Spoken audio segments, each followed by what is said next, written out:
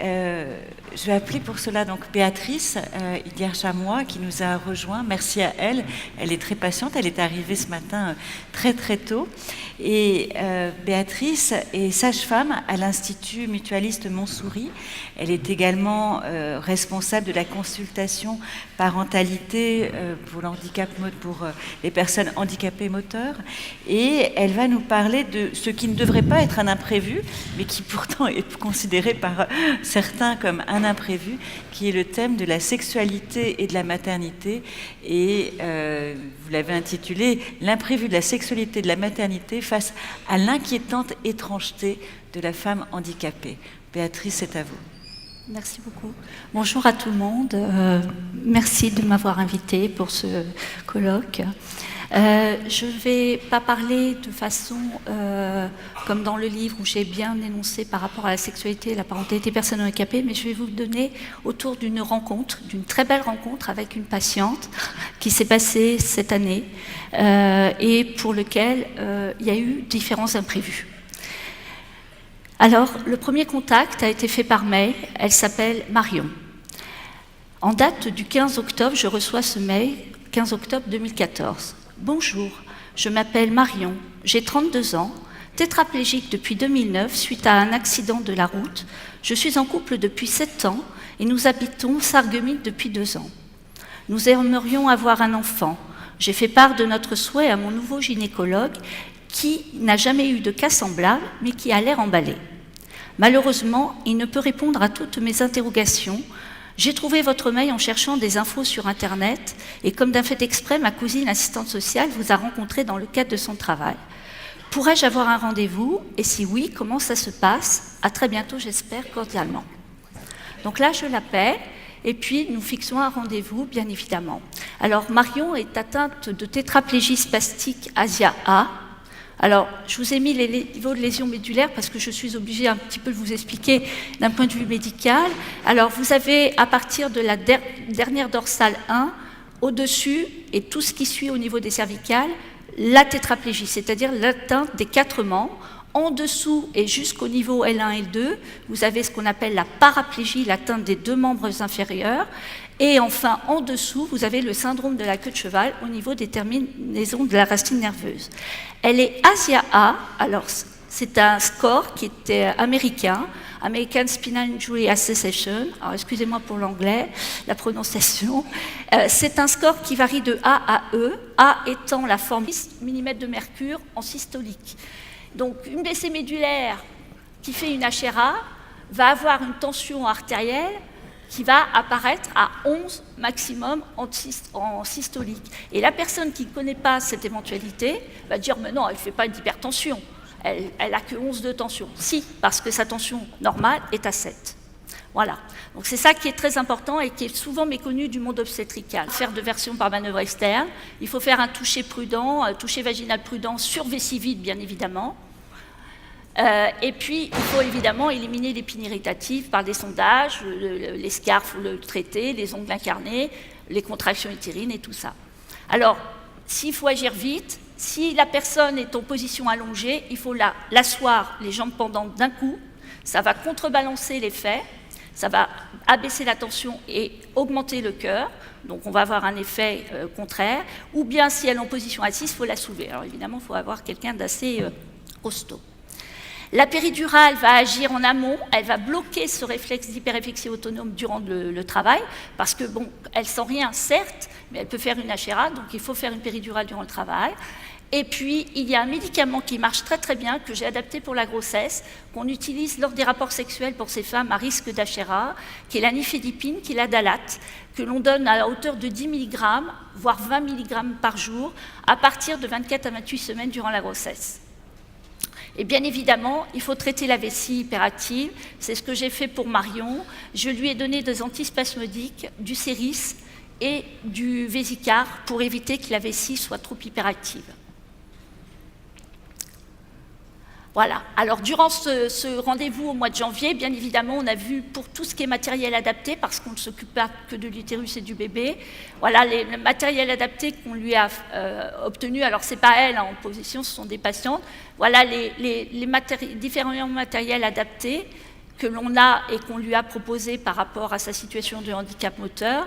En bas, vous voyez la table de gynécologie qu'on a investie pour la consultation de gynécologie pour les femmes handicapées moteurs, sensorielles aussi, mais plutôt pour les femmes handicapées moteurs. Là, vous avez en bas une patiente atteinte de blessure médulaire en D8. Voilà. Alors, cette patiente repart avec un compte-rendu. Je lui fais un compte-rendu détaillé pour le gynécologue. Et elle me retéléphone et le gynécologue la laisse totalement tomber parce qu'il a pris peur. Et il l'a inscrite sans lui en parler au CHU de Strasbourg. Donc elle était un peu déçue. Moi, je voulais qu'elle ait un avis quand même avec un neuro-urologue qui travaille avec moi à Raymond Poincaré, qui est le professeur Pierre Denis. Donc j'avais organisé un rendez-vous pour le 9 mars. Mais Marion commençait à faire beaucoup d'HRA chez elle. Et donc, par téléphone, et je lui ai envoyé l'ordonnance, je l'ai mis sous Adalate pour éviter cette HRA, parce que les traitements pour la vessie ne suffisaient pas. Le rendez-vous est pris le 9 mars avec le professeur Pierre Denis. On a fait une consultation conjointe à Raymond Poincaré. Et là, le coup près tombe. Il ne souhaite pas qu'elle accouche à Strasbourg parce qu'il n'y a pas de chirurgien urologue compétent pour le montage Mitrofanov et que si jamais on partait sur une césarienne, il fallait impérativement un chirurgien compétent. Donc, il me dit, il faut qu'elle accouche à l'Institut Mutualiste Montsouris. 400 km, pas de problème, il fallait assumer. Donc, imprévu sur imprévu, il fallait s'organiser. Et heureusement, Marion avait de la famille sur la région parisienne dans les Yvelines. Elle m'a dit qu'elle pourrait être là pour le dernier trimestre. Moi, entre-temps, il fallait que je puisse en parler aussi aux obstétriciens et aux chefs de service de mon hôpital où je travaille. Donc, on a organisé un grand staff le 7 avril. Elle était à 25 semaines de grossesse. Le 7 avril, on organise ce grand staff avec, alors on a un chirurgien qui est élève de Mitrofanov chez nous qui travaille, donc on n'avait pas ce problème-là, le neuro-urologue de Raymond Poincaré, les obstétriciens, les cadres de département, moi-même, bien évidemment, je présente la patiente, et donc on accepte de la prendre dans le dernier trimestre de la grossesse pour le suivi, avec une conduite à tenir d'une hospitalisation à 37 semaines pour être sûr de ne pas passer à côté de l'HRA et d'avoir des problèmes. Ensuite, la grossesse se passe bien. L'échographie de 22 semaines, j'ai oublié d'en parler, mais elle était tout à fait normale. Le bébé allait très très bien de ce côté-là, tout allait bien. Elle était très confiante de ça. Et évidemment, elle arrive au mois d'avril. Je la vois pour la première fois fin avril, en consultation, à l'Institut Mutualiste Montsouris. Elle avait pris ses quartiers, si je puis dire, dans sa famille, dans les Yvelines. Tout allait bien. Et on prévoit l'échographie de 32 semaines. À 32 semaines, on prévoit aussi la consultation d'anesthésiste. Et je prévois aussi une IRM à la recherche d'une syringomyélie. Alors, je vous ai fait l'image ici. Vous la voyez très très bien, la syringomyélie dans son centre. Elle est soulignée en vert à droite.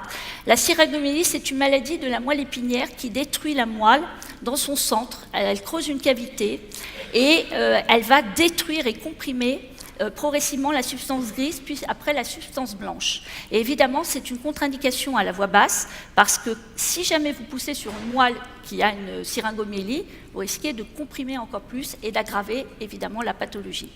Donc, on est obligé de faire une IRM à 32 semaines comme on le fait.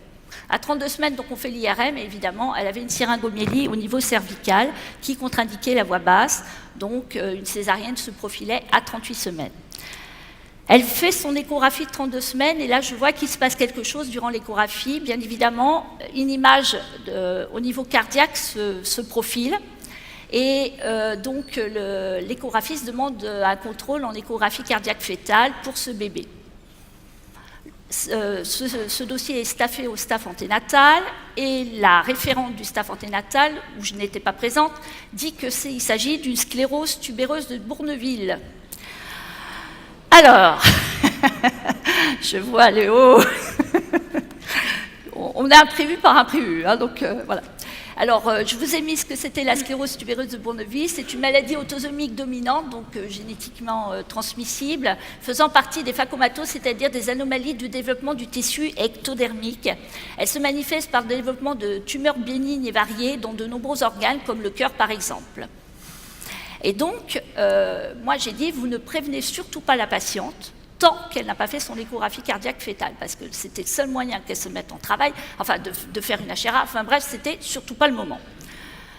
Donc, elle fait son échographie cardiaque le lundi, donc j'ai été prévenue jeudi, le lundi elle avait son échographie cardiaque fétale, diagnostic infirmé. Je peux vous dire, j'ai respiré. Donc, et elle aussi, je pense. Alors, ceci dit, elle n'en a jamais été au courant. J'ai jamais voulu dire que la suspicion de sclérose tubereuse de Bonneville était suspecte parce que, en fin de compte, c'était une image reconstruite et qu'il n'y avait pas lieu de dire et que l'échographiste cardiologue l'avait totalement infirmé. Donc, s'ensuit évidemment donc, sa grossesse. On va cas à cas jusqu'au bout. Jusqu'à 37 semaines, j'avais instauré une sage-femme à domicile pour qu'elle soit tranquille sur les IVIN et tout, pour pas qu'elle vienne toutes les 5 minutes à la maternité. Elle est hospitalisée à 37 semaines. Je me dis, chouette, plus de prématurité. Tout va bien. Et là, la chaleur arrive. Donc, évidemment, avec la chaleur, on ne va pas très bien. Elle nous fait une petite HRA durant le séjour en maternité, mais ça s'est résolu. On pensait vraiment intervenir et ça s'est bien résolu.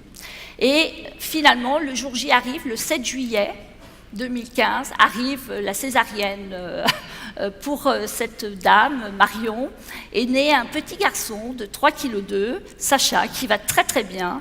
Tout le monde est très content. Le conjoint était venu aussi la rejoindre et tout le monde était très très content. Voilà. Et ce que je voulais dire, elle a passé un séjour de 6 jours seulement en maternité, dont 2 jours en réanimation pour éviter le syndrome d'HRA. On a sevré progressivement la péridurale. Et je peux vous dire qu'elle a laissé des traces. Et je pense que pour elle, ça a été vraiment une opportunité de me contacter. Et moi, ça a été vraiment une très très belle rencontre. Je vais la revoir jeudi prochain en consultation conjointe à Raymond Poincaré. Et j'ai régulièrement de ses nouvelles par téléphone et je me fais une joie de l'avoir rencontrée. Je vous remercie à tous.